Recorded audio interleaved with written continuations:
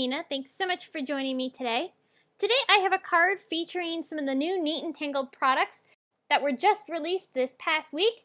So I hope you'll join me in creating this really cute baby card featuring a lot of inking techniques.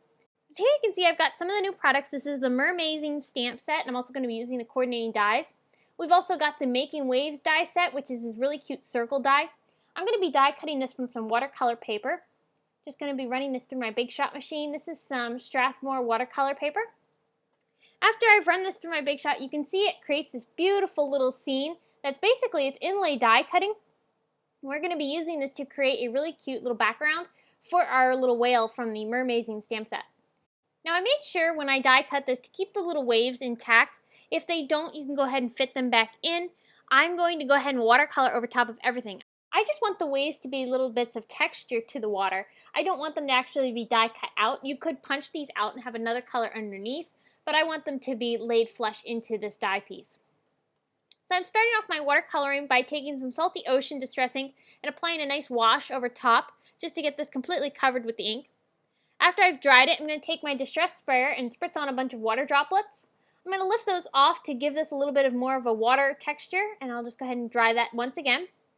To add a bit more texture to this, I'm taking a sponge brush. You can get these in your local craft store. I'm just going to go ahead and wet this a little bit. You can see it's already got some water on it. I'm going to dab off most of that water so it's just damp. I don't want it to be super wet. Now I'm going to go ahead and dab on some more of that Salty Ocean color to go ahead and give this a little bit more extra texture and also give it a little bit more depth and dimension. So I'll go ahead and dry this once again. And once I've dried that, I'm now going to take some water and apply this over top of our little sky. And then I'm going to take some Salty Ocean Distress ink once again, and I'm going to dab this into the water. I'm going to spritz this to move it around, and I'm just trying to create a very light wash for our background. For the whale, I'm going to be using some Weathered Wood Distress ink. I love this gray-blue color. I thought it was really great for this whale. I'm going to add a little bit of a wash on top of it just to give him a full color. And then I'm going to start adding some shading using some of that same weathered wood. I'm just going to blend this out. I'm going to just add little bits of darker areas. And I'm not being too detailed because, again, this is watercolor. So I don't want this to be perfect shading, just to give it a little bit extra dimension without being too real. Now, of course, I need to add some splatters to this little guy because I've added splatters to everything else, and I just love the look of it. So I'm taking some more water and spritzing this onto my whale. I'm going to let that sit for just a couple seconds, and then I'll go ahead and dab this off with my rag. And this creates a really great texture for this whale's body, and it really helps him have a really cute feel. I'm going to start putting my scene together. I'm going to take the sky and attach this down to the circle. You can die cut this circle. It also comes in that Making Waves die set. This is going to be the backing for my scene. It's also going to serve as the color behind the clouds.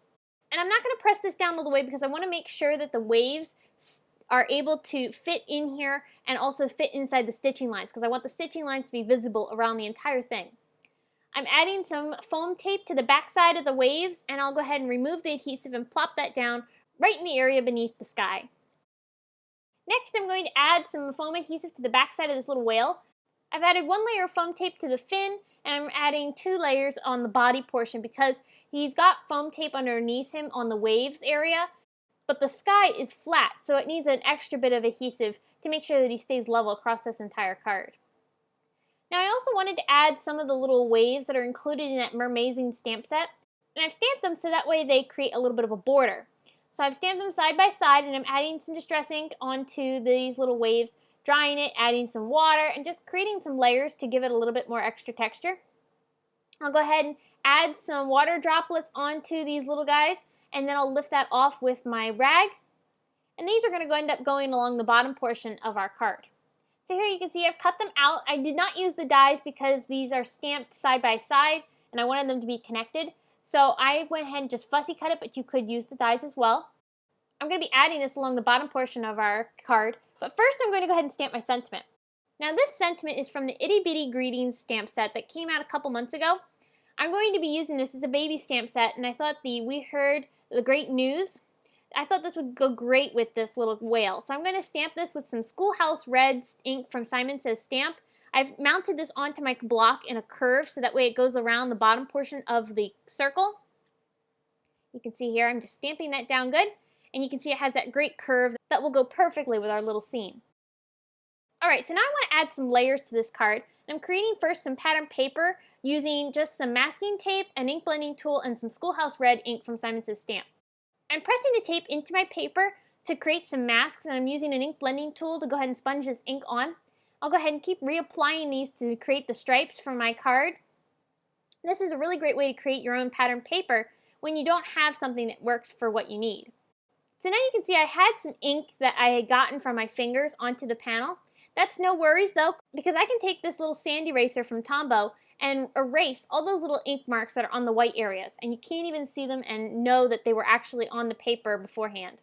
Now, however, keep in mind that you don't want to do this on top of ink that you've already put on, because it will erase the ink. So if I had gotten ink onto the red stripes, I would not have really wanted to use the tool because I would have started to erase the red ink. Alright, so now I'm going to start putting the card together. I've attached the red paper onto my card base, and I'm attaching my little circle onto the little sentiment panel here. I just love this whale. He is absolutely adorable. Now I also wanted to tie in some more of that blue, so I'm taking a light blue paper, and I wanted it to be darker, so I'm taking some Mermaid Lagoon Distress ink, and I'm applying this on top of that light blue paper to darken it up. This is another great way to create your own colored cardstock that you need to have to match the colors that you got in your card. This is a really great way to do this because you can get the perfect color combinations that you need on your cards using just your inks. So I'll go ahead and pop up that little wave portion onto my card using some foam tape. This just adds a really nice border to the bottom portion of the card. I die cut a little red heart, and I'm applying a little white heart. Both are from Neat and Tangled die sets.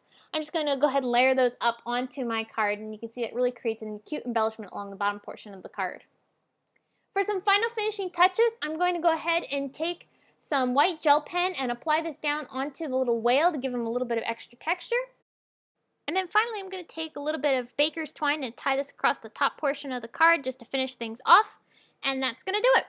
So I hope you've enjoyed and got some inspiration on using some of the newest products from Neat and Tangled.